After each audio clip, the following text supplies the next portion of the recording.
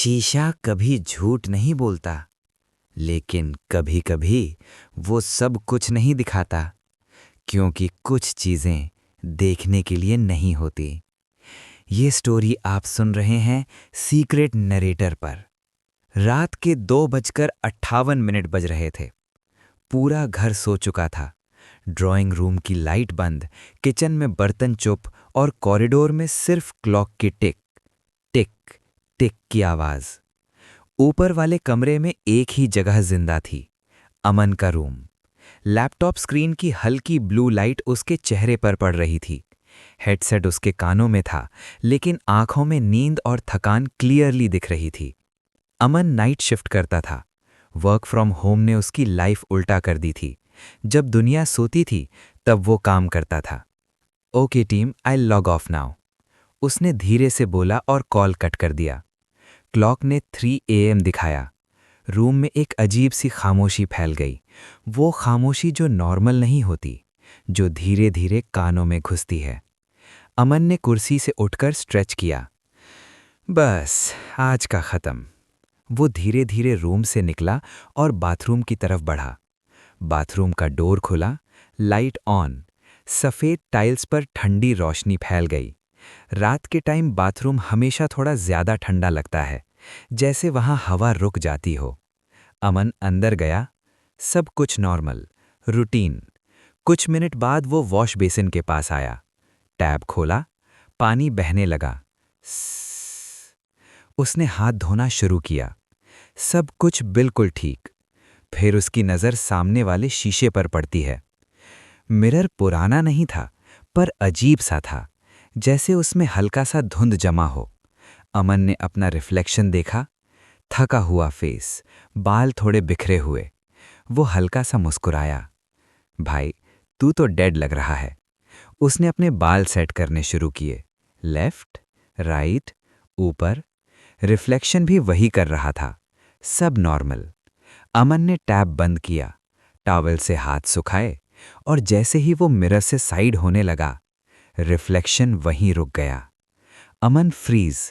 उसका दिमाग 1 सेकंड के लिए ब्लैंक हो गया। क्या? उसने धीरे से दोबारा मिरर की तरफ देखा। रिफ्लेक्शन सीधा उसकी तरफ देख रहा था, बिल्कुल स्टैटिक, जैसे किसी ने पॉज कर दिया हो। अमन ने अपना हाथ उठाया, रिफ्लेक्शन ने नहीं उठाया। दिल तेज धड़कने लगा। धक धक धक। ये पॉसिबल नहीं है, उसने धीरे से कहा। उसने आंखें बंद की 2 सेकंड के लिए, फिर खोली। रिफ्लेक्शन अब भी वहीं, लेकिन इस बार उसके लिप्स धीरे धीरे एक अजीब सी स्माइल में बदलने लगे। अमन का गला सूख गया। मैं स्माइल नहीं कर रहा। उसने अपने लिप्स टच किए। फेस सीरियस था, लेकिन मिरर में वो मुस्कुरा रहा था, एक टेढ़ी ठंडी बेजान स्माइल। बाथरूम की लाइट 1 सेकंड के लिए फ्लिकर हुई, और उस 1 सेकंड में अमन को लगा जैसे रिफ्लेक्शन थोड़ा सा आगे बढ़ गया हो। अमन पीछे हटने लगा, पैर कांप रहे थे। तभी मिरर के अंदर वाला अमन धीरे से अपना हाथ उठाता है, लेकिन रियल अमन ने हाथ नहीं उठाया। रिफ्लेक्शन ने अपना हाथ मिरर पर रख दिया, जैसे वो अंदर से बाहर आने की कोशिश कर रहा हो। उंगलियों के निशान शीशे पर दिखने लगे। अमन जोर से चिल्लाया, नहीं! उसका पैर फिसला, वो जमीन पर गिर गया। सिर बाथरूम के कोने से टकरा गया, और सब कुछ अंधेरा हो गया। सुबह। अमन, अमन उठ! माँ की आवाज गूंजी। अमन बाथरूम के फ्लोर पर पड़ा था, बेहोश। फैमिली सब डर गए। पापा ने उसे उठाया, बेड पर लाया, पानी छिड़का। कुछ देर बाद अमन होश में आया। उसकी आंखें खुली, और सबसे पहले उसने क्या देखा? बाथरूम का डोर। वो एकदम से उठ बैठा। मिरर, मिरर प्लीज, वो मिरर! Family confuse. अमन ने सारी रात की कहानी बता दी, एक एक डिटेल। मिरर, रिफ्लेक्शन, स्माइल, हाथ। रूम में साइलेंस। फिर पापा बोले, रात भर जगता है, दिमाग पे असर हो गया है। माँ ने हाथ पकड़ा, बेटा सपना होगा। अमन चुप हो गया, लेकिन उसकी आंखों में डर अब भी था। अगली रात। घड़ी में 2:45। अमन अपने रूम में था। लैपटॉप ऑन था, लेकिन काम पे ध्यान नहीं। उसका दिमाग सिर्फ एक चीज पर था, बाथरूम का मिरर। उसने डिसाइड किया, आज नहीं जाएगा वहां। लेकिन 3 बजते ही उसे वही अनईजी फीलिंग आने लगी, जैसे कोई बुला रहा हो। मत जा, उसने खुद से कहा, लेकिन पैर खुद उठने लगे। वो धीरे धीरे बाथरूम की तरफ बढ़ा, डोर के सामने रुका, सांस तेज। उसने हैंडल पकड़ा, क्लिक, लाइट ऑन। और मिरर में वो पहले से ही खड़ा था। अमन अंदर भी नहीं गया था और रिफ्लेक्शन पहले से वहां था। इस बार रिफ्लेक्शन रो रहा था। आंखों से आंसू बह रहे थे और लिप्स हिल रहे थे। मुझे निकालो। अमन पीछे हट गया। कौन है तू? रिफ्लेक्शन ने सीधा उसकी आंखों में देखा। नीचे, मैं नीचे हूं। लाइट फ्लिकर हुई। अमन डर के मारे रूम में भाग गया। उस रात के बाद अमन बदलने लगा। वो अकेला बैठता, खुद से बात करता, कभी हंसता, कभी रोता, कभी बोलता, वो नीचे है, वो मुझे बुला रहा है। फैमिली अब सीरियसली डरने लगी और घर में एक बाबा बुलाया गया। एक एजेड आदमी, तीखी आंखें, शांत चेहरा। वो घर में एंटर होते ही रुक गए। उन्होंने सीधा बाथरूम की तरफ देखा। यहाँ कुछ है।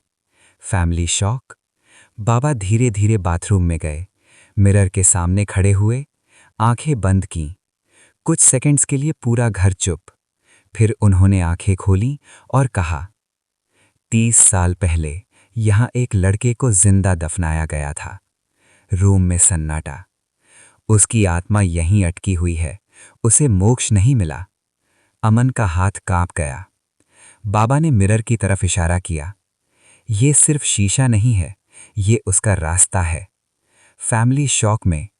वो तुम्हें इसलिए दिखता है क्योंकि तुम सुन रहे हो। अमन धीरे से बोला, वो नीचे है। बाबा ने हाँ में सर हिलाया। हाँ, बिल्कुल, यहीं। उन्होंने मिरर के नीचे फ्लोर की तरफ इशारा किया। इसके नीचे उसकी बॉडी है। अगली सुबह फ्लोर तोड़ना शुरू किया गया। हर एक स्ट्राइक के साथ टेंशन बढ़ रही थी। और फिर एक वक्त आया जब हड्डी दिखाई दी। सबके हाथ रुक गए। थोड़ी और मिट्टी हटाई गई और एक पूरा स्केलेटन सामने आया। फैमिली की सांसें रुक गईं। अमन की आंखों में आंसू आ गए।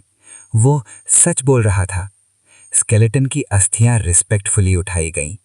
फैमिली ने डिसाइड किया, उन्हें गंगा में विसर्जित करेंगे। कुछ दिन बाद वो सब गंगा गए। पानी बह रहा था, शांत लेकिन गहरा। अमन ने अस्थियां हाथ में लीं और धीरे से पानी में छोड़ दी। जैसे ही अस्थियां पानी में गईं, अमन को एक अजीब सी हल्की फीलिंग हुई, जैसे कोई बोझ हट गया हो। उस रात अमन अपने रूम में था। डर नहीं था, सिर्फ एक शांति। वो धीरे से बाथरूम में गया, मिरर के सामने खड़ा हुआ। कुछ सेकंड्स तक कुछ नहीं हुआ। फिर मिरर में एक लड़का दिखाई दिया। वो अमन नहीं था। वो पतला, हल्का सा मुस्कुराता हुआ, आंखों में सुकून। उसने धीरे से हाथ जोड़ा और कहा, थैंक यू। अमन की आंखों में आंसू आ गए। अगला सेकंड मिरर नॉर्मल, सब खत्म। उसे मोक्ष मिल गया। पर हर कहानी का एंड इतना आसान नहीं होता। ये थी एक और सच्ची दास्तान सीक्रेट नरेटर पर। और याद रखना, कभी कभी शीशा भी